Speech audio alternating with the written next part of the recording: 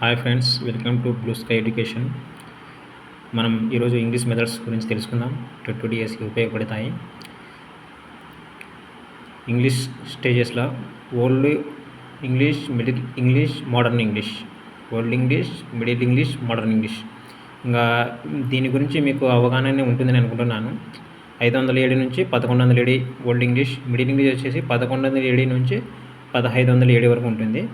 Modern English చూసుకుంటే 1500 నుంచి till ఇప్పటి వరకు ఉంది అన్నమాట.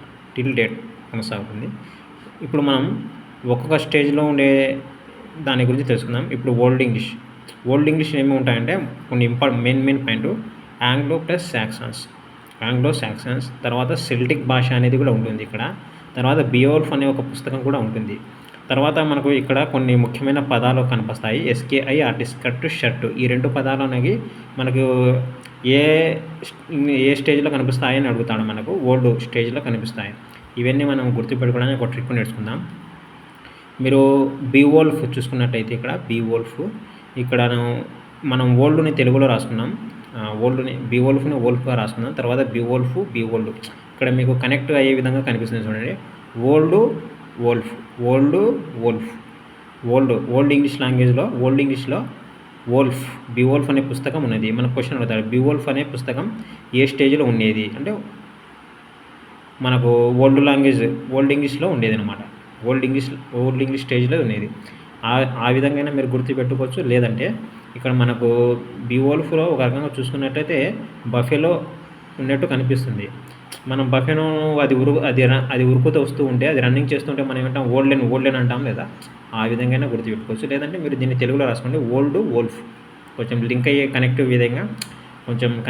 సింక్ అయ్యే విధంగా ఉంది. ఓకే. తర్వాత మనకు సెల్టిక్ భాష అనేది ఏ స్టేజ్లో ఏ ఇంగ్లీష్ స్టేజ్లో ఉపయోగించేవారని అడుగుతాడు. మనకు ఓల్డా, మిడిలా, మోడర్నా.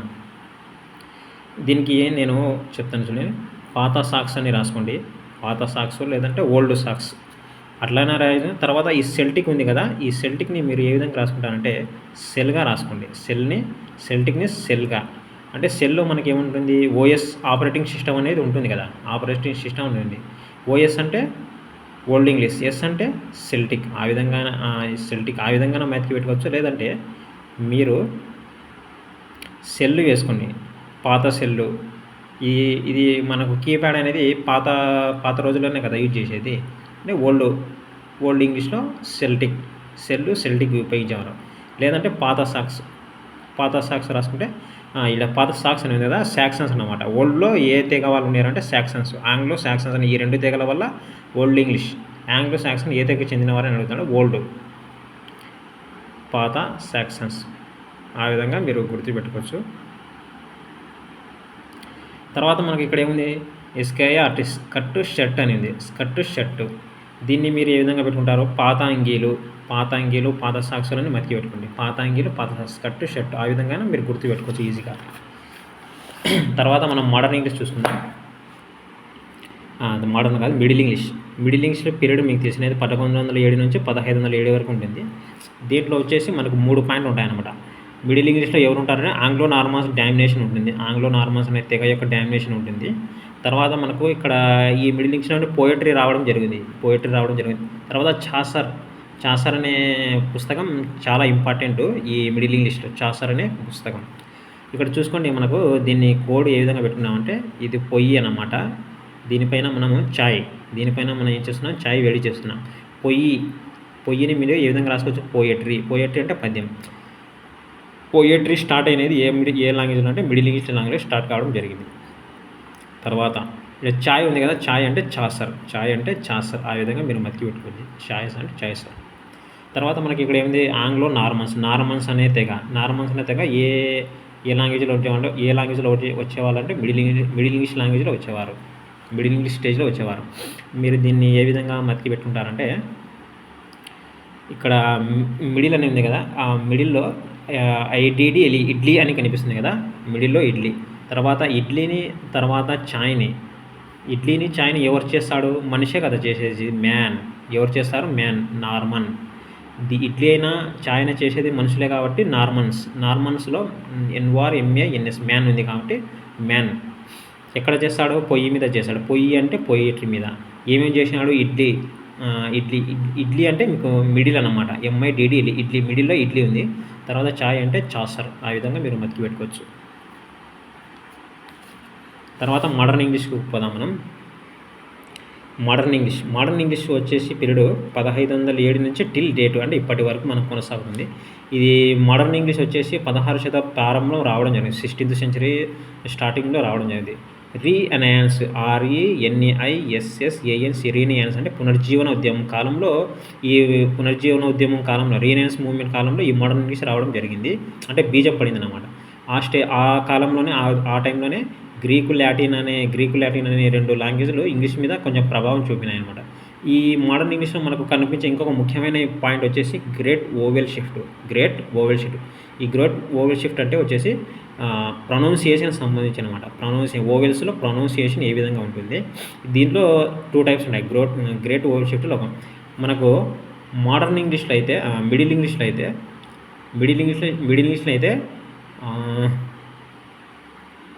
మిడిల్ ఇంగ్లీష్ వచ్చి బ్యాక్ ఆఫ్ ద మౌత్ నుంచి మనకు ఓవెల్స్ రావడం జరిగింది. సౌండ్ అనేది ప్రొనౌన్సియేషన్ అనేది ఎక్కడి నుంచి రాస్తుంది? ఈ ప్రొనౌన్సియేషన్ అనేది ఎక్కడి నుంచి వస్తుంది? మన మౌత్ ఉంది కదా, మన మౌత్ బ్యాక్ సైడ్ నుంచి వచ్చేది. అదే మోడర్న్ ఇంగ్లీష్ అయితే ప్రొనౌన్సియేషన్ ఎక్కడి నుంచి వచ్చేది?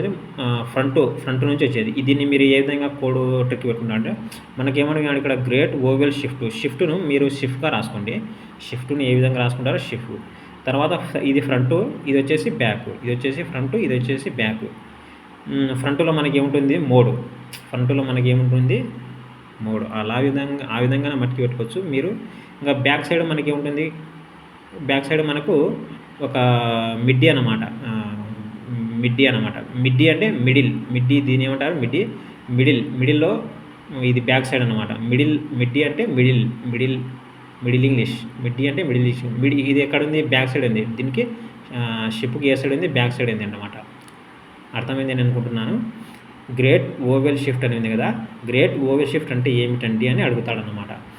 గ్రేట్ ఓవెల్ షిఫ్ట్ అనేది మోడర్న్ ఇంగ్లీష్లో కనిపించే ముఖ్యమైనటువంటి ఒక లక్షణం అన్నమాట. ఈ గ్రేట్ ఓవెల్ షిఫ్ట్ మోడర్న్ ఇంగ్లీష్లో గ్రేట్ ఓవెల్ షిఫ్ట్ అనేది ప్రొనౌన్సియేషన్ అచ్చులో ఓవెల్స్ అనేటివి ఎక్కడి నుంచి మన మౌత్ యొక్క భాష ఉత్పత్తి స్థానం ఎక్కడి నుంచి? మన మౌత్ యొక్క వెనక భాగం, మన మౌత్ యొక్క ఫ్రంట్ భాగం నుంచి వచ్చేది అనమాట మోడర్న్ ఇంగ్లీష్లో. అదే మిడిల్ ఇంగ్లీష్లో అయితే ఎక్కడి నుంచి వచ్చేది? మనకు ఫ్రంట్ బ్యాక్ సైడ్ నుంచి వచ్చేది అనమాట. మీకు కన్ఫ్యూజ్ కాకుండా రాసుకోండి. Middle mouth back, modern mouth back. అంటే మౌత్ ఎక్కడి నుంచి వచ్చేది అనమాట? మౌత్కి ముందా, మౌత్కి వెనకలన్నా. అంటే మౌత్ ఉంది కదా, మన నోరు యొక్క ముందు భాగం, నోరు యొక్క వెనుక భాగం అయితే మిడిల్ మధ్య అనమాట. మిడిల్ ఇంగ్లీష్ అనమాట. మౌత్ యొక్క ముందు భాగం వచ్చేసి మోడర్న్ అనమాట. మీకు ఇక్కడ మోడర్న్లో MODER ఇక్కడ ఆర్ కనిపిస్తుంది. తర్వాత ఫ్రంట్లో FORONT ఫ్రంట్, ఇక్కడ ఆర్ కనిపిస్తుంది, ఎక్కడ ఆర్. ఆ విధంగానే మీరు గుర్తుపెట్టుకోవచ్చు. లేదంటే మీకు ఒక బొమ్మ రూపంలో ఉన్నట్టయితే మీరు బాగా అర్థం చేసుకుంటారనే ఉద్దేశం నేను ఒక బొమ్మ ఇచ్చినాను. ఇది షిప్ గ్రేట్ ఓవెల్ షిప్ అంటే గ్రేట్ ఓవెల్ షిఫ్ట్. తర్వాత ఫ్రంట్ భాగంలో మోడర్న్. తర్వాత ఇక్కడ మనకు బ్యాక్ అనమాట. బ్యాక్లో మనకి బొమ్మ ఏం వేసినాను? మిడ్డీ వేసినాను అండి. కట్ డ్రాయర్ మిడ్డీ అనమాట. మిడ్డీ అంటే మీకు ఏ విధంగా వస్తుంది అంటే మిడిలింగ్. ఇంకా ఫ్రంట్లో ఇంకా మీరు ఇది గుర్తుపెట్టుకోండి, తెలుస్తుంది. తర్వాత ఇక మనకు మోడర్న్ ఇంగ్లీష్లో బైబిల్ కింగ్స్ జేమ్స్ వర్షన్ అనేది ట్రాన్స్లేషన్ జరిగింది. ఇది ఒక ఇంపార్టెంట్. తర్వాత ఫస్ట్ డిక్షనరీ వచ్చేసి టేబుల్ ఆల్ఫాబెటికల్.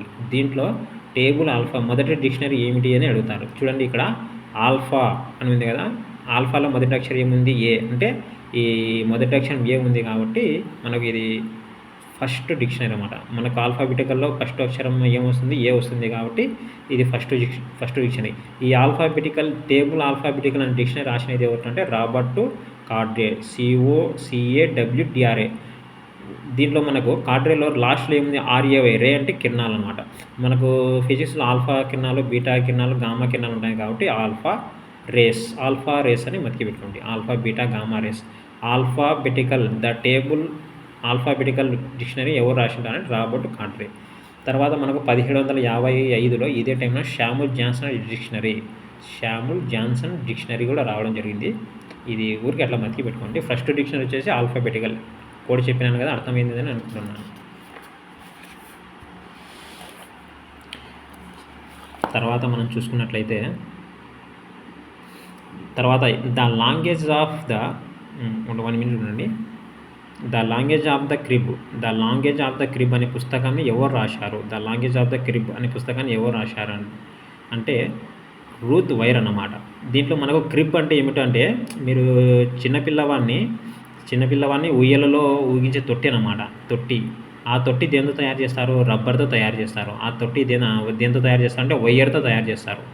రబ్బర్ వైర్తో తయారు చేస్తారు. మీరు ఆ విధంగా మతికి పెట్టుకోవచ్చు. కాబట్టి the language of the crib తొట్టి. మీరు ఒకసారి గూగుల్లో వెళ్ళి క్రిబ్ అని కొట్టండి, దాని ఇమేజ్ కనిపిస్తుంది. అది దాంట్లో కొన్ని దేంతో తయారు చేస్తారంటే రబ్బర్ వైర్ అంటే రూత్ వైర్ అన్నమాట. The language of the crib ఎవరు రాశారంటే Ruth Weir.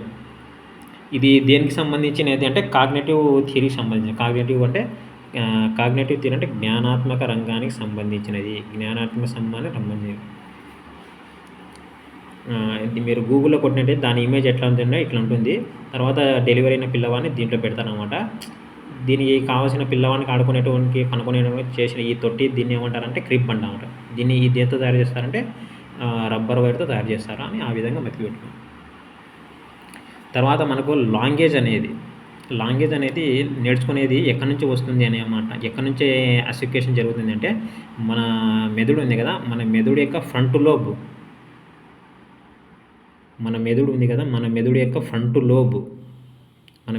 Front లోబ్లో left side నుంచి మనకు లాంగ్వేజ్ అనేది నేర్చుకోవడం జరుగుతుంది.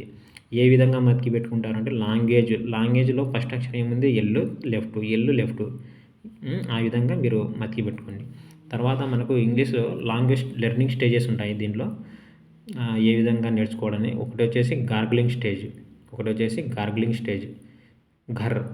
స్టేజ్ అంటే GHAR అంటే ఆ విధంగా రాస్తారు. ఘర్ అంటే హౌస్ అన్నమాట. తర్వాత గార్గ్లింగ్ స్టేజ్, తర్వాత బబ్లింగ్ స్టేజ్. బబ్లింగ్ అంటే బాల్ అన్నమాట. తర్వాత సింగిల్ వర్డ్, తర్వాత 2 వర్డ్స్, తర్వాత లిప్స్ అనేది ఉంది కాబట్టి లిస్పింగ్ స్టేజ్, తర్వాత సెంటెన్స్. ఇంకా అంతే అండి, మనకేం లేదు. ఘర్ అంటే గార్గిలింగ్. ఆ విధంగా మతికి పెట్టుకోవచ్చు. లేదంటే మీరు ఫ్యాన్ వేసుకొని గరగర ఫ్యాన్ వచ్చేసి గరగర తిరుగుతుంటుంది కాబట్టి గార్గిలింగ్ స్టేజ్. ఆ విధంగా సింబల్ హౌస్ సింబల్. దీన్ని ఈ ఉర్దూలో ఏమంటారు? ఘర్ అంటారు. ఘర్ అంటే గర్గిలింగ్ స్టేజ్. తర్వాత బబ్లింగ్ స్టేజ్. 1 అంటే 1 వర్డ్, 2 అంటే 2 వర్డ్స్ అనమాట. ఏమిటి? లిప్స్ అనమాట, అంటే లిస్పింగ్ స్టేజ్. తర్వాత సెంటెన్స్. ఇది వచ్చేసి మనకు ఎప్పటి నుంచి ఎప్పటి వరకు ఉంటుంది? 0 to 6 months ఉంటుంది. ఇది వచ్చేసి మనకి ఎప్పుడు ఉంటుంది? 7 to 10 months ఉంటుంది. ఇది ఎప్పుడు ఉంటుంది? ఇదేంది? గర్గ్లింగ్ స్టేజ్. ఇది వచ్చేసి బాల్ ఉంది కాబట్టి బబ్లింగ్ స్టేజ్. తర్వాత ఇది 1 వర్డ్ స్టేజ్ ఎప్పటి నుంచి? 11 నుంచి. 1 అంటే 2 ఒకటిలో రావాలి అంటే 1 కంపల్సరీ. 1 అనేది కంపల్సరీ కావాలి. 1. తర్వాత మనకు ఇది ఎప్పటి వరకు ఉంటుంది? 18 వరకు ఉంటుంది. 18 months ఉంటుంది. ఇవన్నీ మంత్స్ అన్నమాట. తర్వాత 2 వర్డ్స్ స్టేజ్ ఎప్పటి వరకు ఉంటుంది? 2 వర్డ్స్ స్టేజ్ ఎప్పటి వరకు ఉంటుంది అంటే మనకు 19 నుండి 24 వరకు ఉంటుంది. 19 months నుండి 24 వరకు ఉంటుంది. తర్వాత ఇది 25 నుంచి 36 వరకు ఉంటుంది. తర్వాత సెంటెన్స్ 36 నుంచి మనకి ఎప్పటి వరకు ఉంటుంది? 60 months వరకు ఉంటుంది. ఇది ఇంపార్టెంట్ అండి, మనకు డిఎస్సీలో అడుగుతాడు ఈ ఆర్డరు. ఇది మొత్తం ఎన్ని స్టేజెస్ ఉంటాయంటే 6 స్టేజెస్ ఉంటాయి. ఆ 6 స్టేజెస్ ఏమంటే ఇది వచ్చేసి ఘర్ అన్నమాట. ఘర్ లేదంటే ఫ్యాన్ సింబల్ వేసుకోవచ్చు. ఫ్యాన్ ఏ విధంగా తిరుగుతుంది? గరగర అని తిరుగుతుంది. తర్వాత గరగర అని గిరిగిర ఎట్లా గార్గిలింగ్ స్టేజ్ అనమాట. తర్వాత ఇది వచ్చేసి బబ్లింగ్ స్టేజ్. బబుల్ అంటే బాల్ అన్నమాట. తర్వాత 1 వర్డ్. 1 అంటే 1 వర్డ్, 2 అంటే 2 వర్డ్స్. తర్వాత లిస్పింగ్ స్టేజ్. తర్వాత సెంటెన్స్. ఇంపార్టెంట్ అండి, ఈ ఆర్డర్ ఇంపార్టెంట్. ఇక్కడ మీరు గిరగిర అని పెట్టుకుంటే ఏంటంటే గిరగిర ఆర్ఆర్ అంటే ఆర్ఆర్ఆర్ అని అరుస్తుంది కాబట్టి 0 to 6 6 months అని ఆ విధంగా మతికి పెట్టుకోండి. తర్వాత మీకు ఇది లిస్పింగ్ స్టేజ్ ఉంది కదా, మీరు ఈ లిస్పింగ్ స్టేజ్ని లిప్ అని రాసుకున్నట్లయితే లిప్ అని ఎల్ అంటే 12, ఐ అంటే 9, పి అంటే 16 మొత్తం కొడితే మీకు ఎంత వస్తుంది? 30. ఆ విధంగా వస్తుంది. 30 ఈ క్యాలిక్యులేషన్ ఒకసారి చూసుకోండి. ఈ క్యాలిక్యులేషన్ చేస్తే మీకు దగ్గర దగ్గర ఈ 36 వస్తుంది. ఆ విధంగానే మీరు ఈ మంత్స్ అనేది క్యాలిక్యులేట్ చేయొచ్చు.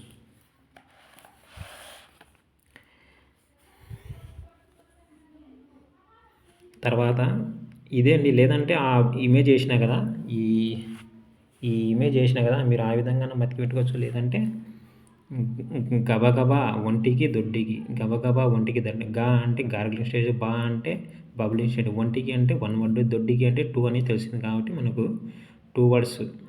ఇంకా ఇది stage gargling stage 0 to 6, bubbling stage 7 to 10, ఒంటికి అంటే 1 కంపల్సరీ ఉంటుంది కాబట్టి 11 నుంచి 18 వరకు ఉంటుంది. దొడ్డికి అంటే 19 నుంచి 24. ఆ విధంగా మీరు మతికి పెట్టవచ్చు. ఇంకా మీకు మిగిలినవి ఏమున్నాయి, లిస్పింగ్ స్టేజ్, తర్వాత సెంటెన్స్ స్టేజ్.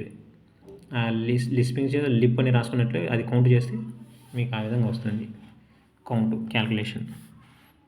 ఎంతవరకు వస్తుంది, 36 నుంచి 25 నుంచి 36 వరకు ఉంటుంది ఏది లిస్పింగ్ స్టేజ్. తర్వాత మీకు సెంటెన్స్ వచ్చేసి మీకు ఆ విధంగా ఉంది. ఇక్కడ మనకు ఒకసారి చూడండి, ఇక్కడ మనకేముంది టూ వర్డ్స్ అన్నమాట. ఇది వచ్చేసి 2 అంటే 2 వర్డ్స్, 1 అంటే 1 వర్డ్స్. అంటే ఈ 11 మంత్స్ నుంచి 18 మంత్స్ ఉండే ఈ ఏజ్లో ఉండే పొట్టేగాడు ఒక 1 వర్డ్ పలుకుతాడు అనమాట. ఈ ఏజ్లో ఉండే వాళ్ళు 2 పదాలు పలుకుతాడు పొట్టేగాడు, మన పొట్టేగాడే. ఎప్పుడైతే పొట్టేగాడు 2 పదాలు పలుకుతున్నాడో దాన్ని 2 వర్డ్స్ స్టేజెస్ అని అంటారు. లేదంటే ఇంకొక పేరు ఉంది దీనికి, హోలో ఫ్రేజెస్. లేదంటే మీరు హలో ఫ్రేజెస్ కూడా మర్చిపెట్టారు. హలో అంటే అక్కడ ఫోన్ మాట్లాడతాడు, ఇక్కడ ఫోన్ మాట్లాడతాడు. అంటే ఎంతమంది మాట్లాడుతున్నారు, ఇద్దరు మాట్లాడతారు. లేదంటే హోలో ఫ్రేజెస్లో ఎన్ని ఓలు ఉన్నాయి, 2 ఓలు ఉన్నాయి కాబట్టి హోలో ఫ్రేజెస్ 2 వర్డ్స్ ఉన్నాయి. ఆ విధంగా 2 వర్డ్స్ స్టేజెస్ అవుతుంది అనమాట ఇది. తర్వాత మనకు థారండైక్ లార్జ్ 1905లో థారండైక్ లార్జ్ మనకు ద టీచర్ గురించి వర్డ్ బుక్ అనే పుస్తకం రాశారు. ఏం పుస్తకం, వర్డ్ బుక్. దీంట్లో ఎన్ని ఇంగ్లీష్ పదాలు ఉన్నాయంటే 5000 ఇంగ్లీష్ పదాలు ఉన్నాయి. ఎన్ని పదాలు ఉన్నాయంటే 5000 ఇంగ్లీష్ పదాలు ఉన్నాయి. తర్వాత జనరల్ సర్వీస్ లిస్టు, జిఎస్ఎల్ అంటే జనరల్ సర్వీస్ లిస్టుని ఎవరు తయారు చేశారంటే మైకేల్ వెస్ట్. ఇది ఎప్పుడు అంటే 1953లో. దీంట్లో ఎన్ని పదాలు ఉంటాయంటే 2000 వర్డ్స్ అన్నమాట. ఇది కుదించి మంచి ఇంకా నిత్య జీవితంలో మనం ఉపయోగించేటువంటి లాంగ్వేజ్ నేర్చుకోవడానికి కావాల్సిన ముఖ్యమైన ఒకాబులరీ పవర్ అన్నమాట ఇది. Thorndike large. ఇక్కడ చూడు ఒకసారి, మీరు థారండైక్ని హారన్గా మతికి పెట్టుకోండి, థారండైక్ను హారన్, లార్జ్ను లారీగా మతికి పెట్టుకోండి. చూడండి, ఇది నేను ఇక్కడ లారీ బొమ్మ వేసినాను. ఇక్కడ లారీకి ఏముంది, హారన్ ఉంది. హారన్ అంటే థారన్. తర్వాత మనకి ఏముంది ఇక్కడ, లారీ అంటే లార్జ్. తర్వాత ఇక్కడ ఏం మోసుకోపోతుంది, బుక్స్ మోసుకోపోతుంది. అంటే బుక్స్ అంటే వర్డ్ బుక్ని ద వర్డ్ బుక్ ఎవరు రాసినారు అని అడిగితే మనకు ఈ లారీ మోసుకుపోతుంది కాబట్టి లార్జ్, దీనికి హారన్ ఉంది కాబట్టి థారన్. ఆ విధంగా మనకి పెట్టుకోవచ్చు. తర్వాత జిఎస్ఎల్ గ్రామర్. జిఎస్ఎల్ ఉంది కదా, ఇది జిఎస్ఎల్ వెస్ట్. మన భారతదేశానికి వెస్ట్లో ఏముంది, గుజరాత్ ఉంది కాబట్టి జిఎస్ఎల్. ఆ విధంగా ఊరికే మీకు మతికి ఉంటుంది అనుకుంటున్నాను. ఒకవేళ మతికి లేకపోతే GSL west, general service list ఎవరు తయారు చేసినారు, మైకేల్ వెస్ట్. దీంట్లో ఎన్ని పదాలు ఉంటాయి, 2000 పదాలు ఉంటాయి.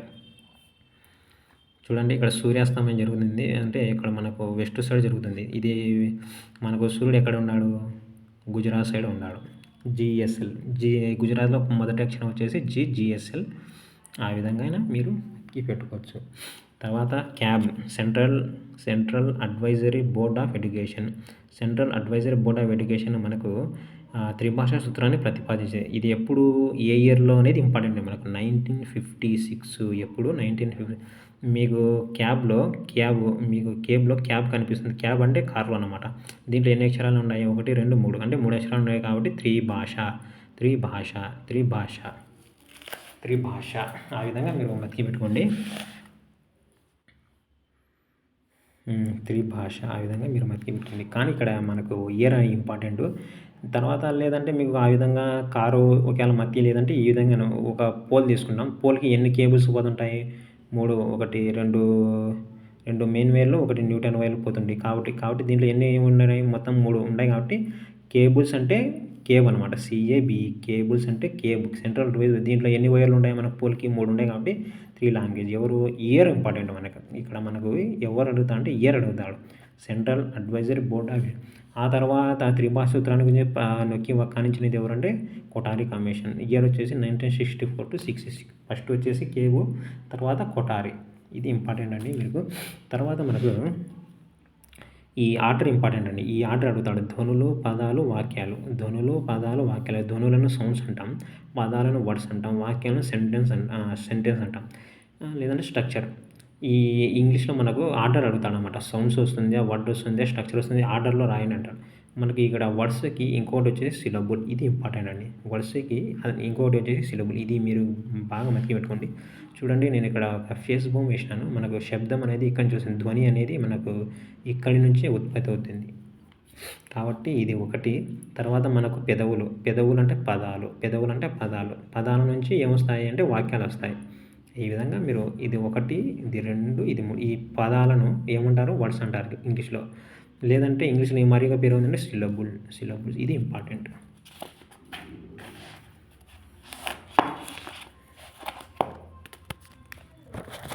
తర్వాత అది మనకి చాలా ఇంపార్టెంట్.